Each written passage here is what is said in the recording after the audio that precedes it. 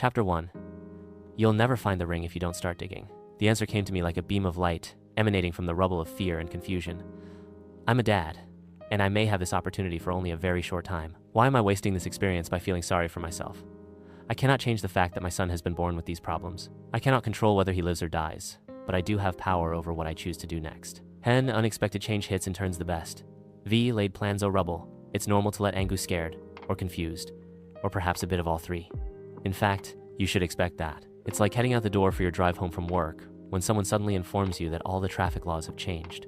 Red no longer means stop, green no longer means go, and yellow no longer means go real fast. Which side of the road to drive on, the street signs, and the traffic signals have all changed, but the new laws have yet to be written, and no one has a clue about what to do. Can you imagine how disruptive that would be, and how it would make you feel? Whenever things suddenly and dramatically change, fear and uncertainty are the norm, and sometimes anger too. The question, just like the one our mythical CEO posed to her team in the introduction, is, what are you going to do next? Because it is the actions you take that determine the outcome you get, and your actions are determined by how you choose to view and think about the situation. To change your actions, change your thoughts. If you let fear or anger control your actions whenever things change, you won't be successful because these emotions drive you into survival mode. And when you're in survival mode, you get desperate, and you do desperate things.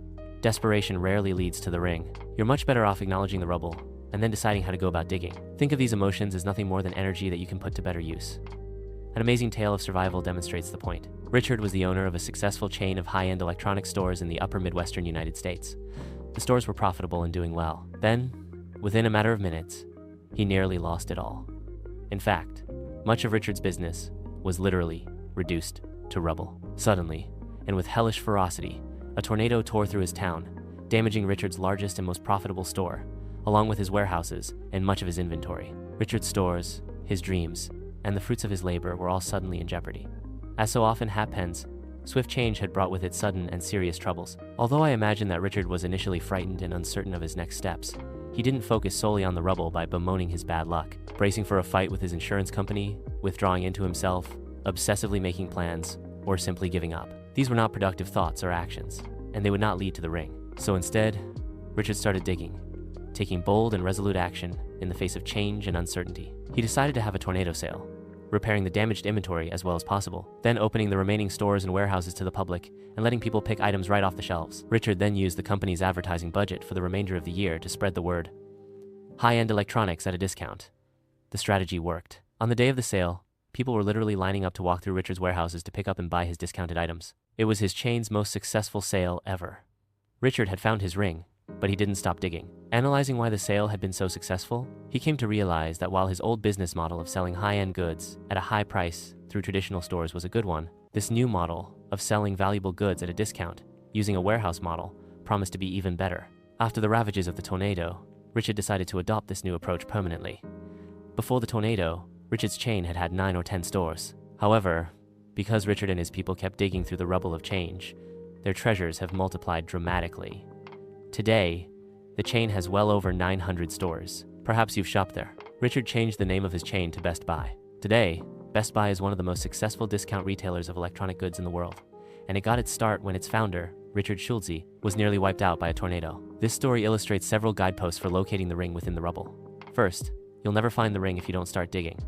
Or, as Thomas Edison said, opportunity is missed by most people because it is dressed in overalls and looks like work. Second, you have to start digging even if you're not sure what the ring looks like and don't know exactly where it's hidden. You have to believe that it's there and take bold and resolute action without getting bogged down in artificial busyness or, worse, sulking into inactivity. Training, planning, strategizing, and all the other things suggested in the introduction have their time and place. However, if you are going to win when things change, you have to be willing to undertake meaningful, bold action. Third, it is important to understand that there is no guarantee that you'll find the ring right away. Sometimes your efforts won't be as successful as Richard's. You'll come up empty, or achieving your goal will take much longer than you had hoped. We'll deal with those scenarios in later chapters. However, I can guarantee that if you do nothing, you'll never find the ring. You will never reap the rewards and opportunities that are your due. And from a business perspective, you'll leave the benefits of discovery to your competitors, with your organization playing an eternal game of catch-up, hardly a winning strategy. Sometimes it's hard to get started. Our doubts or our fears keep us from digging. To get started, manage the way you think about your situation, because your thoughts will dictate your actions. Or, as I like to say, where you think, there you are. Are your thoughts leading you to act, or are they keeping you in suspended animation? Those who are the best at leading change possess a positive attitude that drives them toward action. Chung Ju-young, founder of Hyundai Corporation, rose from extreme poverty to head one of the largest and most successful businesses in the world. Time and again, his company searched for new rings by expanding the scope of its products and services well beyond its traditional comfort zone. Ingvar Kamprad, the founder of the IKEA furniture chain, started out by buying goods like matches, vegetable seeds, and ink pens and reselling them to his neighbors in the tiny village where he lived. From these humble beginnings, he built IKEA into an internationally renowned industry leader. All three of these men, Schulze, Ju, Young, and Kamprad, shared a common trait. They believed that they could succeed, and their beliefs led to positive action. How often do we stop ourselves from digging for the ring of opportunity because we don't believe we can find it?